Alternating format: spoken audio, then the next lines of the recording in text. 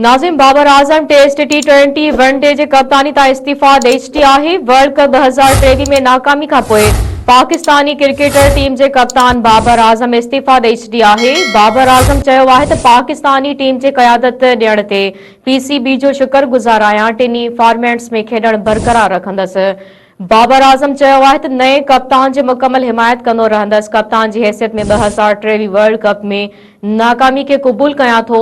बाबर आज़म जो चवणु आहे त कप्तानी छॾण जो फ़ैसिलो ॾुखियो आहे, पर कप्तानी छॾण जो ही फ़ैसिलो सही वक़्त ते कयो आहे।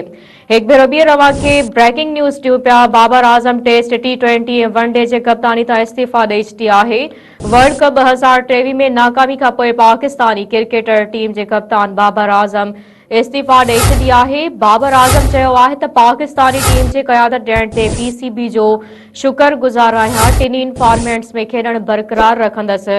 बाबर आज़म चयो आहे त नए कप्तान जी मुकमल हिमायत कंदो रहंदसि। कप्तान जी हैसियत में 2023 वर्ल्ड कप में नाकामी खे क़बूल कयां थो। बाबर आज़म जो चवणु आहे त कप्तानी छॾण जो फ़ैसिलो ॾुखियो आहे, पर कप्तानी छॾण जो ही फ़ैसिलो सही वक़्त ते कयो आहे।